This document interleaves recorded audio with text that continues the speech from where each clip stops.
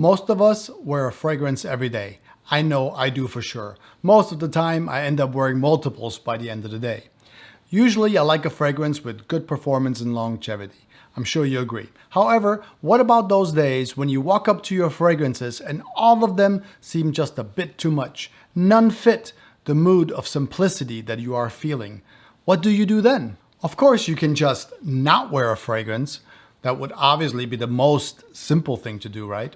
However, I strongly disagree. That will be against what we love. And also, I believe a man isn't dressed until a fragrance has been applied.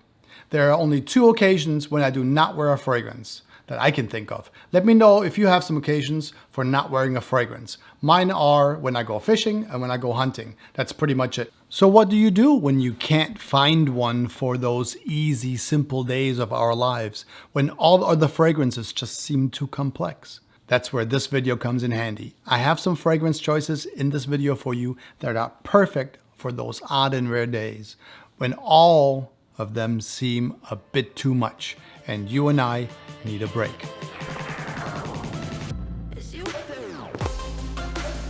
This video could also be about dumb reach fragrances or fragrances you know that always work. It's a sure bet when you can't make up your mind of what to wear. Sure, the issue is very, very similar. However, this is another notch deeper.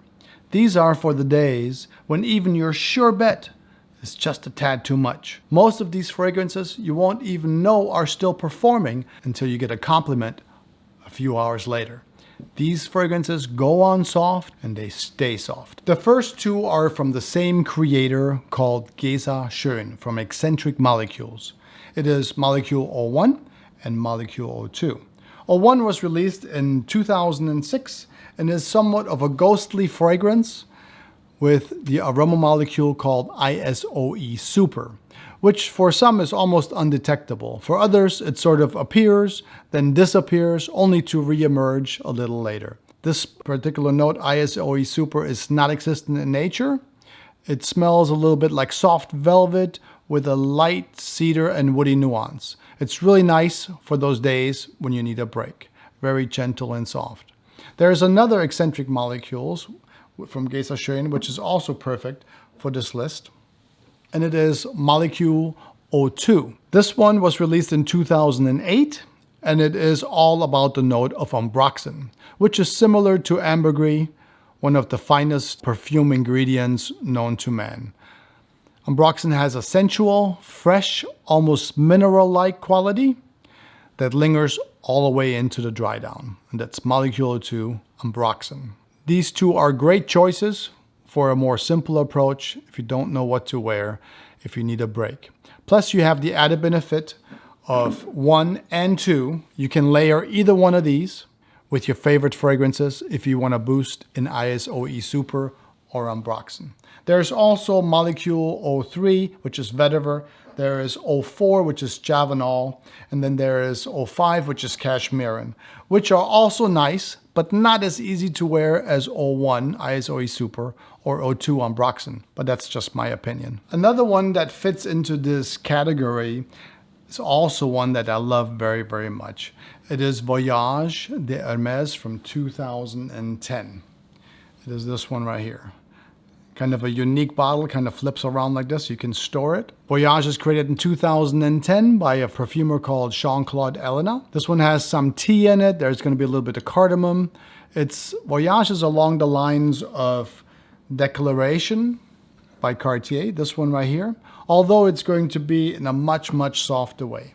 This one is perfectly sort of unisex, and it's super, super easy to wear. Has a little touch of lemon and a little bit of juniper. Now there is a Voyage Parfum, which is this one right here. It's the black one from 2012. This perfume is very close to this one. It's a little bit denser perhaps, and it has the addition of rose, which for me doesn't really work on the days when, I want something a little bit more neutral. So I would stick with the original Voyage. Another one that is amazingly soft and beautiful is Allure Homme Edition Blanche from 2008, Chanel. Now, unfortunately, you'll have to get this one online as it is hardly ever available or never really from online sellers. And sorry, you'll also have to pay full price. In my opinion though, Edition Blanche is 100% worth it. It's a soft fragrance, mildly powdery, with a creamy nuance to it. So we got lemon, sweetened lemon, not too sweet, some bergamot, and a creamy nuance. It's beautifully done. This one absolutely puts you in a good mood. Edition Blanche is the perfect balance between having a gorgeous fragrance without having on too much. Banana Republic also has a relaxing fragrance that is super easy to wear. Now this one's a little bit harder to find, but you do still see it every now and then, and it's definitely worth mentioning in this list. It is 90s Pure White from 2017. While Edition Blanche, the earlier one, has the musk kind of come out a little bit later, this one is going to have a touch of musk right from the beginning.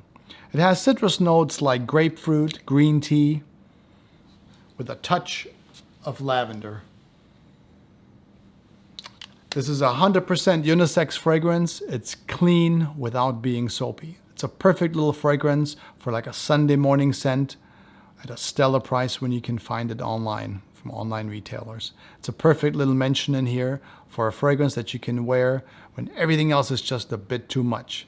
It's really a wonderful thing. My next two are a bit newer, but before we get into them, I want to remind you, hit the like if you're having a good time, maybe even subscribing for more fragrance content. Remember, our fragrance journey begins with but one single scent. This next one actually gave me the idea of fragrances one can wear when all others seem to be a little bit too much. After wearing it 2 days in a row, I felt that this was a perfect example, and it is Habit Rouge, L'Instinct, or L'Instinct, or Instinct, however you want to say it, by Guerlain from 2022.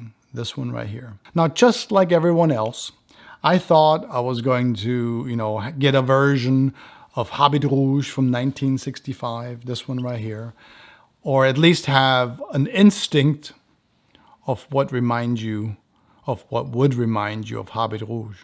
Well, no, not really. There's the tiniest little bit of rose in this one that brought up a little bit of a memory. But no, it doesn't really smell like Habit Rouge at all. So don't go out getting it thinking it smells like a modernized version of Habit Rouge. That being said,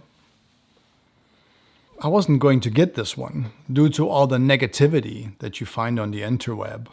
It's sad really, since I almost didn't buy this fragrance because of all the negativity. But there I was in the Frankfurt airport, looking around, and there it was right in front of me. Well, I don't mind if I do, I thought. So I took it and gave it a little spritz on the top of my hand for further analysis, I thought to myself. Well, this actually fits right into the ballpark of Dior Homme 2020, Sport, and the Issey Miyake Vetiver. Now, before you throw your phone at me or, your remote at me, let me say immediately that this one does not smell like them at all, okay? So relax. It does, however, have a sour touch along the same path as the Dior or the Miyake. It is probably from the note of matte, M-A-T-T-E, that's in here, which usually is used to intensify green notes.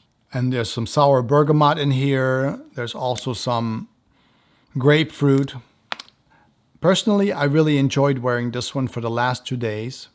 It sort of appeared and reappeared and disappeared all day. It was quite nice. I really enjoyed that. It is masculine in a gentlemanly way, and there is some patchouli and vanilla in here as well. They are much more prominent on your skin though than they are on your shirt. So on your shirt, you're going to have the green feel. It stays green for a long time, mixed with sort of the vanilla and the patchouli from your skin, if you spray it on your skin. Giving it a really pleasant, sense all day. Really enjoyed that. So don't let the hate consume you. It also doesn't smell like cannabis, like a lot of people say. It has that listed in here as well. At least not in the way that you think it would smell. As for me, I totally don't mind having it sit right next to the original on the shelf. And that's Habit Rouge L'Instinct. It's a perfect one, or Liston is a perfect one to wear on those days when you can't make up your mind. It appears and reappears just beautifully. On to the next one. Issey Miyake. This has a beautiful light scent for those days when you just had enough. It's not vetiver from earlier. It is the Eau and Cedar from 2022. Water and Cedar. It's the perfect name because it truly behaves like water. And I mean that in the best sort of fragrance kind of way. It is not water, even though it does get some hate as well. This one is going to have some cardamom, some cedar, has a little bit of vetiver, a little bit of patchouli. The notes listed on this one are really bare bones. Sometimes that's exactly what I need from a fragrance. It is simplicity.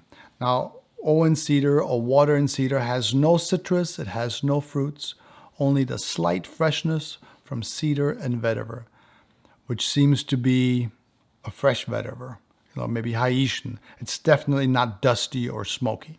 Has a little bit of a green touch. It's clean with a touch of warmth from the cardamom and some earthy depth from the patchouli.